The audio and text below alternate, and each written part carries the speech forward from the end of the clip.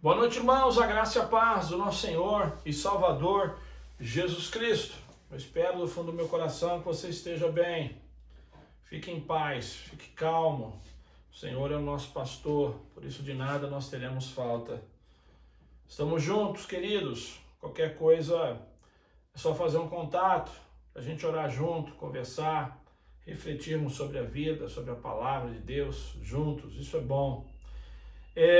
Meus queridos, eu queria mais uma vez agradecer a oportunidade, de poder entrar na sua casa através desse veículo de comunicação. A você também que de repente não nos conhece, obrigado por esse privilégio. Nós já há alguns domingos estamos aí desenvolvendo o tema Como Viver Acima da Mediocridade. Tema esse baseado num livro de Charles Swindoll, tem sido o texto áureo aí para as nossas reflexões. Então, hoje nós vamos falar sobre o combate da mediocridade. Ela exige um feroz espírito de luta. Mas antes disso eu quero orar com você. Se você puder fechar os seus olhos, abaixar a sua cabeça, eu agradeço. Vamos orar. Senhor, nós mais uma vez estamos diante da sua presença e nós fazemos isso no nome de Jesus. Deus, perdoa os nossos pecados, tem misericórdia de nós. Queremos te agradecer, ó Deus, pelo dom da vida, pela salvação, por essa semana, por essa oportunidade que nós temos de juntos refletirmos acerca da tua palavra. Ó Deus, abençoa-nos, usa-nos, ó Pai, que essa palavra, como diz o profeta, ela possa cumprir com o propósito para o qual ela vai ser enviada. Muito obrigado por tudo e é no nome forte e poderoso de Jesus que nós oramos, Senhor, e agradecemos. Queridos, na semana passada nós terminamos a reflexão de que para vencermos a mediocridade nós precisamos viver de um modo diferente. Naquela ocasião nós aprendemos que viver de um modo diferente significa ter visão, determinação, prioridade e prestar contas. A partir de hoje nós vamos aprender que se quisermos ter a esperança de atingir a excelência, de viver acima da mediocridade, nós precisamos eliminar 4 inimigos: a cobiça, o tradicionalismo, a indiferença apática e o egoísmo.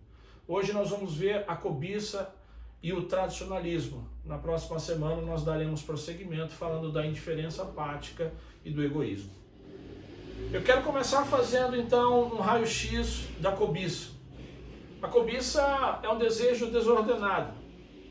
A cobiça, segundo Charles Swindoll, é uma fera desordenada, não domesticada. Ela enfia as garras, ela oprime, ela imobiliza, ela recusa-se a libertar a presa. A cobiça ela é diferente da inveja e dos ciúmes. A inveja e os ciúmes desejam possuir o que a outra pessoa possui. A cobiça não, ela está sempre insatisfeita. Portanto, ela constitui uma fome, uma sede, um desejo sempre de mais e mais.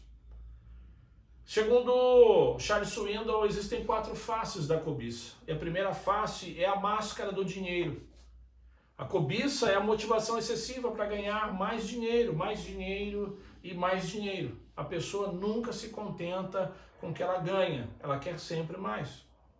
A segunda face da cobiça é a determinação exagerada de possuir mais e mais coisas. Ou seja, a pessoa nunca tem os móveis necessários em casa.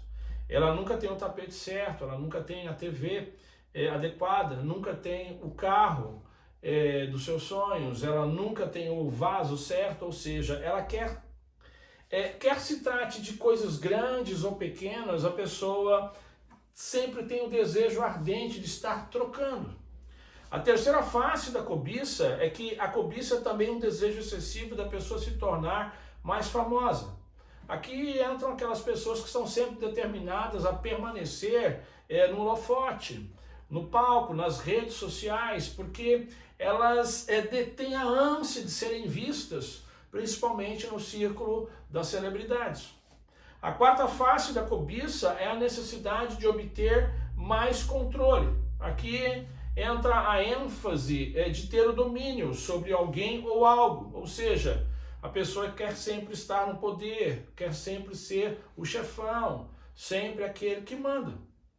Ainda traçando um raio-x da cobiça, a cobiça ela pode ser rastreada pela palavra de Deus. Desde aquele dia em que os nossos primeiros pais Adão e Eva desviaram-se de Deus e passaram a dirigir-se a si mesmos, naquele momento a cobiça penetrou, ela poluiu o ser humano. Quando você vai para os evangelhos, você percebe que Jesus, né, ele disse que as coisas materiais, elas podem exercer um domínio grande sobre nós. E por isso então Jesus ele deixou várias parábolas que tratam da propriedade e da nossa responsabilidade de usá-las com sabedoria. Então quando você vai para os evangelhos, você vê Jesus expondo a cobiça. Você vê Jesus denunciando a cobiça. E um dos textos que eu queria utilizar para mostrar para você que Jesus expõe e denuncia a cobiça é o Evangelho de Lucas, capítulo 12, versículos 13 a 34. Se você puder abrir aí, já já nós vamos fazer essa leitura juntos.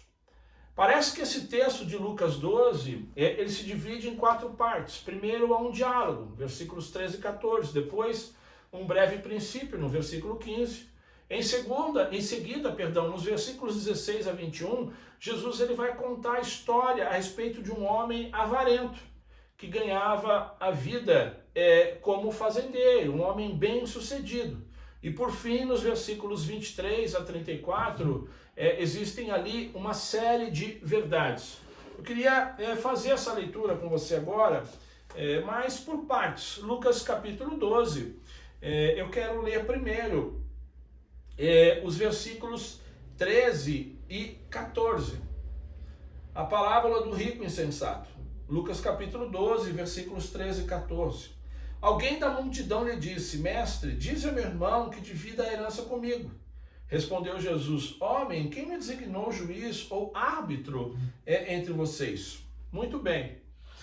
O texto diz que daquela multidão surge um homem que de maneira audaciosa chega para Jesus e diz: olha, você deve fazer isso, né? Senhor, diga ao meu irmão que divida a herança comigo. Aquele homem, ele não faz uma pergunta, ele não faz um pedido. Ele vai logo dando ordens para Jesus. Senhor, diga ao meu irmão que divida a herança dele comigo. Jesus, percebendo que se tratava de uma questão familiar e que aquela questão poderia trazer complicações, Jesus ele se retrai. Ele diz: olha, homem, quem é que me designou juiz ou árbitro entre vós? Quem é que me escolheu para ser juiz entre você e o seu irmão? Aqui existe uma grande lição, meus irmãos. Nós devemos tomar cuidado para não nos intrometermos em negócios alheios. Nós precisamos refletir sobre isso. Olhar para determinadas situações e dizer: olha, eu não estou qualificado para tratar sobre isso. Eu não fui chamado para falar sobre essas coisas. Nós precisamos estar abertos em alguns momentos para dizer para as pessoas, né, quando elas trazem essas questões pequenas da vida, minúcias da vida, né, dizer: olha, eu não estou qualificado para tratar disso. Essa resposta, né, quando o juiz diz: olha, quem foi que me constituiu juiz entre eu e o seu irmão? Essa resposta de Jesus diz para nós que Jesus nunca tentou satisfazer todas as necessidades das pessoas. Essa resposta diz que Jesus nunca se intrometeu em todos os problemas das pessoas. Aliás, Jesus era alguém bastante seletivo. Jesus ele não ficava dando pitaco em tudo. Jesus ele tinha as suas prioridades, que era proclamar as boas novas, fazer discípulos, curar doentes, estar na sinagoga, e dessas coisas ele não abriu mão. A segunda parte que eu quero destacar da parábola do rico insensato, que é um princípio, está no versículo de número 15. Então lhes disse: cuidado, fiquem de sobreaviso contra todo tipo de ganância. A vida de um homem não consiste na quantidade dos seus bens. Jesus agora ele não está mais respondendo àquele homem que queria lhe dar uma ordem, mas ele se volta agora para a multidão e ele trata de um assunto muito mais amplo. Ele diz: olha, tomem cuidado com todo tipo de ganância, tomem cuidado com a avareza, tomem cuidado com a cobiça, né? Tomem cuidado, quer ser dinheiro, quer sejam coisas, fama ou poder, tomem cuidado com essas coisas. para ilustrar a questão da avareza, da ganância, eu quero pegar uma ilustração que o próprio Charles Swindoll traz no seu livro. Ele diz, olha, vamos imaginar alguém com sede e começa a beber água salgada. A sede dessa pessoa a leva a beber mais água ainda. E esse processo culminará com a pessoa doente. Se a pessoa continuar a beber água salgada por conta da sua sede, ela poderá morrer. Pergunta, você anda desejando mais e mais uma coisa que na verdade não lhe faz bem? Você precisa pensar sobre isso. Você anda desejando mais e mais alguma coisa que você sabe que não lhe faz bem, que não é vontade de Deus para a sua vida? Por isso Jesus diz no versículo 15 que a vida do homem não consiste na quantidade dos seus bens. Querido, a vida não gira e não pode girar ao redor de bens materiais quando a pessoa deseja alcançar a excelência verdadeira. Para alcançar a excelência verdadeira, para alçar voos maiores, nós precisamos ganhar a batalha contra a avareza. Se nós não ganharmos a batalha contra a avareza, nós vamos ter as nossas esperanças de alçar voos altaneiros despedaçadas. A terceira parte do texto traz a parábola, versículos 16 a 21 de Lucas 12. Então lhes contou esta parábola. A terra de certo homem rico produziu muito. Ele pensou consigo mesmo, o que vou fazer? Não tenho onde armazenar minha colheita. Então disse, já sei o que vou fazer. Eu vou derrubar os meus celeiros e construir outros maiores. E ali guardarei toda a minha safra e todos os meus bens. E direi a mim mesmo, você tem grande quantidade de bens, armazenados para muitos anos. Descanse, coma, beba e alegre-se. Contudo, Deus lhe disse, insensato, essa mesma noite a sua vida lhe será exigida. Então, quem ficará com o que você preparou? Assim acontece com quem guarda para si riquezas, mas não é rico para com Deus. Eu quero começar destacando aqui que o texto aqui, a parábola, não existe nada de errado nesse homem ser um excelente fazendeiro. O texto não diz nada sobre isso. O texto não diz que é errado você ser um homem de sucesso. Né? O texto não diz nada de que foi errado esse homem ter trabalhado muito, várias horas por dia e tal. O texto não diz nada disso. Né? O erro desse homem não era de ser preguiçoso, né? O erro dele não era de ser uma pessoa desonesta. Esse homem plantou e colheu, ou seja, ele fez tudo direitinho. Mas existem grandes falhas nesse homem. E a primeira delas que eu quero destacar é que ele não conhecia realmente a sua própria pessoa. Queridos, esse homem ele nunca pensou que não poderia viver muitos anos. Ele nunca pensou que as riquezas jamais pudessem satisfazer a sua alma. Ele estava tão preocupado com as coisas materiais que ele nunca pensou em dedicar um pouco do seu tempo para as coisas eternas, para as coisas de Deus. Presta atenção no que eu vou te falar. Você está preparado para algo chocante? O que eu vou te dizer agora é chocante. Você que está me ouvindo agora, você sabe, você sabe que de repente você não pode estar vivo daqui a um ano? Você que está me ouvindo? Daqui a algum ano talvez você não esteja vivo. Talvez outros não estarão vivos daqui a 5 anos. A verdade, queridos, é que nós não dispomos de muitos anos. Aliás, hoje em dia, a grande maioria das pessoas que morrem são as mais jovens. Pergunta, você tem se dedicado às coisas de Deus? Ou você está preocupado apenas com o material? O fazendeiro da história contada por Jesus, na realidade, ele não entendia a si próprio, porque ele nunca parou para pensar que as suas grandes colheitas não trariam satisfação para a sua alma. Ele não conseguiu perceber que não viveria aqui eternamente e nunca havia parado para pensar nisso. E você? Você já parou para pensar que não vai viver aqui eternamente? Você já parou para pensar que um dia você vai se encontrar com o Senhor, e ele vai lhe perguntar aquilo que você preparou, né? Insensato. Essa mesma noite a sua vida lhe será exigida. Então, quem ficará com o que você preparou? Você já parou para pensar que você vai ter esse tipo de encontro com o Senhor? A segunda falha que nós encontramos na vida desse homem é que ele não se interessava pelas outras pessoas. Olha o que diz o verso 19. E direi a mim mesmo, você tem grande quantidade de bens armazenados para muitos anos. Descanse, coma, beba e alegre-se. Esse homem era alguém sentado no trono da sua própria vida. Quantas pessoas vivem assim, apenas preocupadas consigo mesmo? Por isso, elas nunca têm tempo para outras pessoas. Elas nunca têm tempo para evangelizar, para discipular alguém. Elas nunca dispõem de material para abençoar outras pessoas. Parecem criancinhas que só vivem a gritar: é meu, é meu, é meu. Vencer a batalha contra a cobiça, meus irmãos, é uma missão que deve levar a vida toda.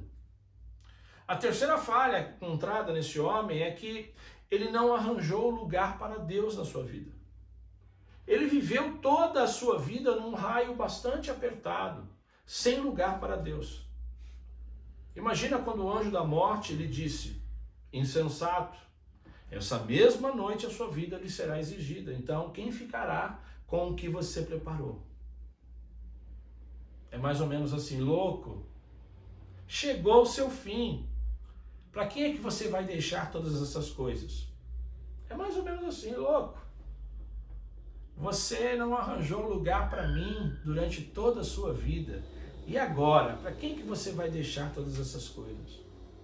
Pergunta: você já arranjou um lugar para Deus na sua vida? Presta atenção. Isso é sério. A quarta parte do texto traz uma série de verdades. Versículos 22 a 34. Dirigindo-se aos seus discípulos, Jesus acrescentou: portanto, eu lhes digo, não se preocupem com a sua própria vida, quanto ao que comer, nem com o seu próprio corpo, quanto ao que vestir. A vida é mais importante do que a comida e o corpo mais importante que as roupas. Observem os corvos, não semeiam, nem colhem, nem têm armazéns em celeiros, contudo Deus os alimenta. E vocês têm muito mais valor do que as aves. Quem de vocês, por mais que se preocupe, pode acrescentar uma hora que seja a sua vida? Visto que vocês não podem sequer fazer uma coisa tão pequena, por que se preocupar com o restante? Observe como crescem os lírios, eles não trabalham, nem tecem. Contudo, eu lhes digo que nem Salomão, em todo o seu esplendor, vestiu-se como um deles.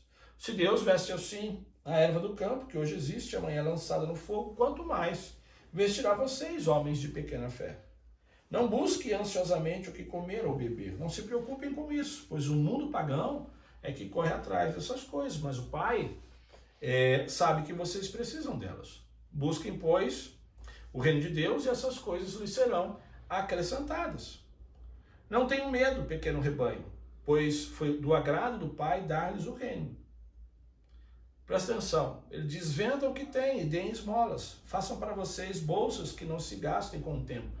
Um tesouro nos céus que não se acabe, onde o ladrão algum chega perto e nenhuma traça destrói.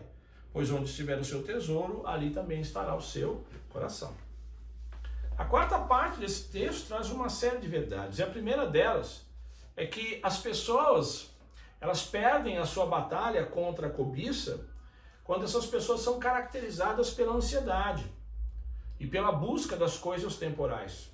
No texto, Jesus diz: olha, não se preocupem com a sua própria vida, quanto ao que comer, quanto ao que vestir. Ele diz: olha, observem os corvos, os lírios. Busquem, antes de tudo, o reino de Deus e a sua justiça. Segundo, os que vencem a cobiça, eles percebem o seu valor aos olhos de Deus e simplesmente confiam nele. É o que diz o verso 24. Observem os corvos. Não semeiam, nem colhem, nem têm armazéns, nem celeiros, contudo Deus os alimenta. Versículos 27 e 28. Observe como crescem os lírios, eles não trabalham nem tecem, contudo eu lhes digo que nem Salomão, em todo o seu esplendor, vestiu-se como um deles. Se Deus veste assim a erva do campo, que hoje existe, amanhã é lançada no fogo, quanto mais vestirá vocês, homens de pequena fé. Então os que vencem a cobiça percebem o seu valor aos olhos de Deus, percebem que Deus, ele cuida dos corvos, ele cuida dos lírios, e por que então não vai cuidar de nós? Terceira lição, a vitória da cobiça, ela exige uma ação deliberativa e afirmativa. No versículo 33, se você der uma olhada aí, existem os verbos vender e dar. Aqui Jesus está nos ensinando a tomar decisões deliberadas e afirmativas, ou seja, não permita que a cobiça domine a sua vida, mas venda isso, dê aquilo, ou seja, lança fora da sua vida aquilo que está te controlando, aquilo que está te prendendo. Queridos, não existe nada de errado neste mundo quanto a levarmos uma vida confortável. Tampouco possuir uma fortuna. Se a pessoa ganhou a fortuna como resultado do suor do seu rosto, amém. E principalmente quando ela usa essa fortuna de maneira correta. Não há nada de errado nisso. Agora, errado, sabe o que é? É você guardar tudo para você. É você guardar tudo para você. Eu quero dizer uma coisa para você. Eu também creio muito nisso. Eu acredito que Deus, ele concedeu riqueza e prosperidade para determinadas pessoas, para que essas pessoas devolvam de volta para Deus e para outras pessoas com abundância. Eu acredito muito nisso. Que Deus, ele permitiu que determinadas pessoas prosperem, além de outras, para que essa pessoa devolva para ele e para outras pessoas. A única razão que eu posso imaginar para Deus conceder a alguém capacidade de ganhar mais do que necessita é que tal pessoa possa dar mais. Por isso que nós não levaremos conosco as nossas riquezas. A quarta verdade está no versículo de número 34, pois onde estiver o seu tesouro, ali também estará o seu coração. Queridos, os valores pessoais, os valores reais, eles estão selados em nosso coração. O combate à mediocridade exige um feroz espírito de luta. A cobiça em nossas vidas, ela não será vencida sem lutas. E aqui eu me lembro de Jesus, nos seus momentos finais, quando disse, olha, Pai, se for possível, passe de mim esse cálice, contudo, seja feita a sua vontade e não a minha. Aquele momento que Jesus está no Getsemane, orando, antevendo a cruz. Aquele momento no Getsemane, Jesus está totalmente quebrantado diante do Pai. Ele entregou tudo nas mãos do Pai. Eu queria desafiar você. Ousa fazer essa mesma oração de Jesus. Se quebrante na presença do Senhor, você que de repente tem problema com a cobiça, se Deus tem falado ao teu coração, se quebrante na presença do Senhor e diga para Deus nessa noite, Pai, se é da sua vontade, se é da sua vontade que eu possua todas as coisas, ou que eu tenha algumas coisas, muito bem. Porém, se for da tua vontade que tudo me seja retirado, retire tudo, Senhor. Pois eu prefiro ficar aqui nessa terra e ser rico no céu. Eu prefiro não ter a minha vontade feita aqui na terra e ser pobre lá em cima. Presta atenção. O segundo inimigo que a gente precisa eliminar para vencermos a mediocridade é o dragão do tradicionalismo. Esse é um inimigo para quem quer alçar voos maiores. Esse inimigo, ele não é menos agressivo que a cobiça, porém ele é muito mais sutil na aparência. E nós vamos identificar aqui esse dragão. Alguém já disse que tradição é a fé viva daqueles que já morreram. E que tradicionalismo é a fé morta daqueles que hoje vivem. O que é tradicionalismo? Tradicionalismo é aquela atitude que resiste à mudança. Que se mantém apegado a um costume, a um comportamento, que se conserva à força. Tradicionalismo é nutrir suspeitas contra o que é novo, moderno e diferente. Quem quer alçar voos maiores, quem quer ser águia, precisa estar aberto às coisas não experimentadas, às coisas imprevisíveis e inesperadas durante todo o tempo, e se mantendo fiel à verdade. Além de estar disposta a quebrar com o tradicionalismo, A igreja, a empresa, a pessoa, enfim, aquele que quer ser águia, aquele que quer crescer em todos os sentidos, precisa também ter compromisso com a excelência. Então, é assim, não importa o que você faça. É para o Rei dos Reis, então nós devemos dar o nosso melhor. Queridos, nós não fomos chamados para, ou melhor, nós somos chamados para virar o mundo de ponta cabeça, e não ao contrário. As águias, elas não devem ficar ciscando no chão, vivendo na mesmice, achando que não dá, que não consegue. Mas as águias, elas foram chamadas para voar altaneiramente. Eu quero dar aqui um exemplo do tradicionalismo do primeiro século, o tradicionalismo que imperava na época do Senhor Jesus. Nos dias de Jesus, o tradicionalismo ele erguia a cabeça de maneira horrível. Hoje o tradicionalismo é diferente.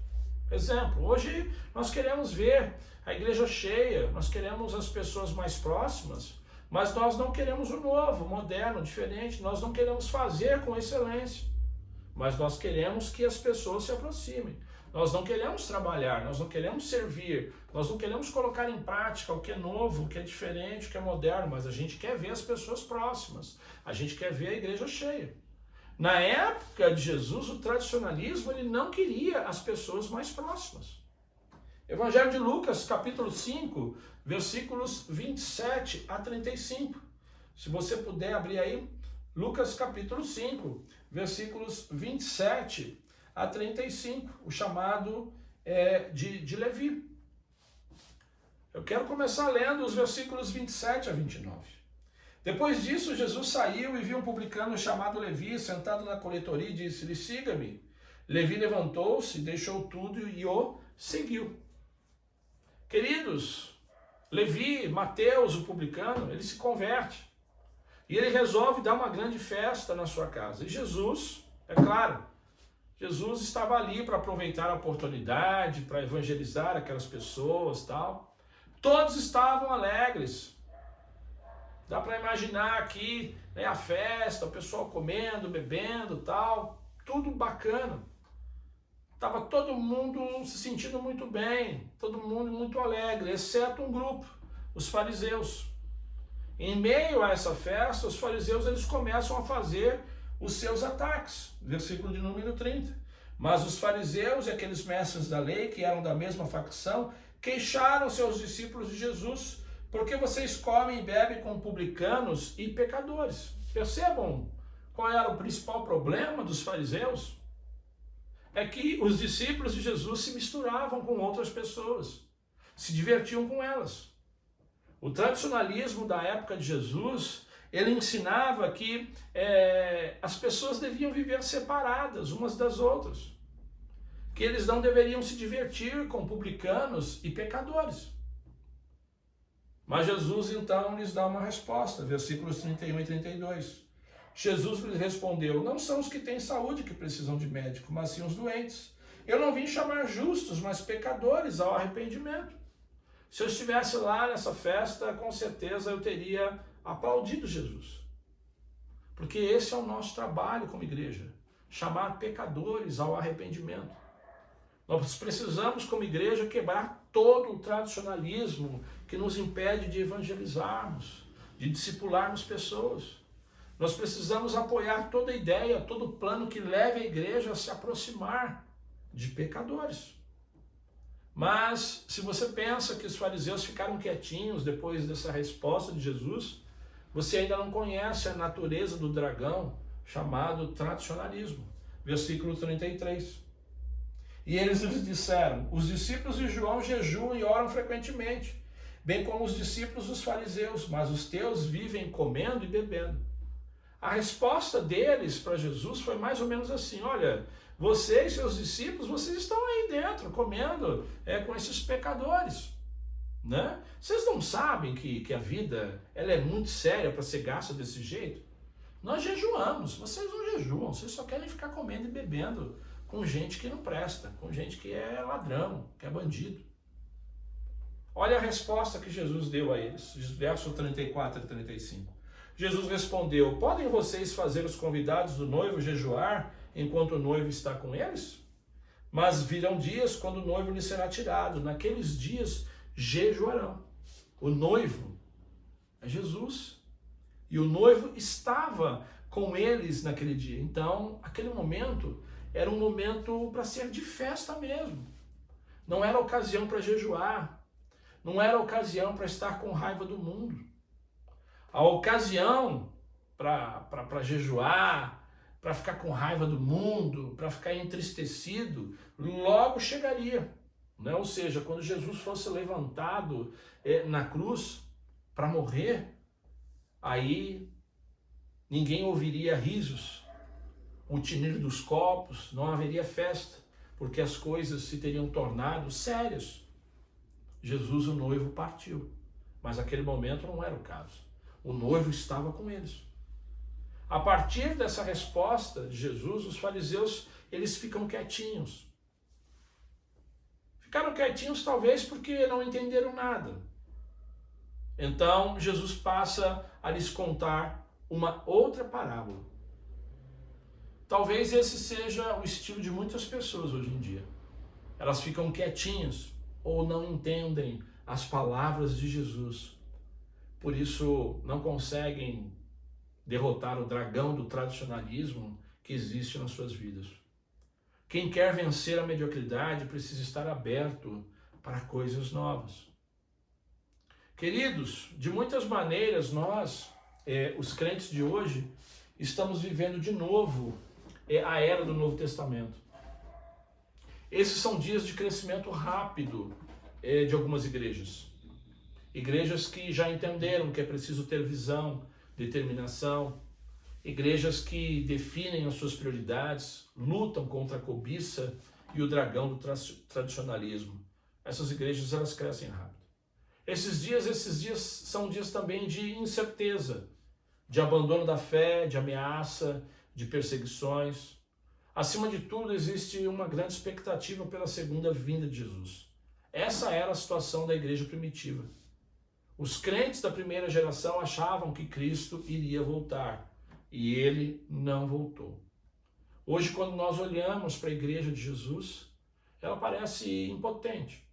Ela não tem capacidade de mobilização para lutar por pautas que melhorem o mundo e muito menos para fazer o evangelho caminhar. Muitos daqueles que são chamados de igreja estão quietinhos, abraçados com o dragão do tradicionalismo. Gente que tem medo, receio de coisas novas. E assim a igreja vai se enfraquecendo. Esses não são dias para a igreja recolher-se dentro de si mesma. Esses não são dias. Esses não são dias para a igreja enrolar-se num canto e esperar o fim de maneira passiva. Queridos, o mundo ainda precisa ver o que o Espírito Santo é capaz de fazer. Nós precisamos urgentemente usar as armas descritas em Efésios capítulo 6, versículos 14 a 18. O cinto da verdade, a couraça da justiça, os pés calçados com o evangelho da paz, o escudo da fé, o capacete da salvação, a espada do Espírito e a oração. Então, em nome de Jesus, eu queria dizer a você, pare de permitir que o mundo ao seu redor, que as pessoas ao seu redor te aperte dentro dos moldes dessas pessoas. Lança fora a cobiça. Lança fora o dragão do tradicionalismo. Faça as coisas, querido, para o Senhor com excelência. Esteja aberto a fazer coisas novas para o Senhor. Porque essa é uma nova geração e uma nova era também. Eu quero concluir. Para vencer a mediocridade e voar como águia, você precisa de um feroz espírito de luta. Um espírito que te ajude a vencer, de novo, a cobiça e o dragão do tradicionalismo. Que Deus te abençoe. Que a graça do Deus Pai, o amor do Deus Filho e as doces consolações do Espírito Santo de Deus estejam com todos nós, desde agora e para todos sempre. Amém e graças a Deus.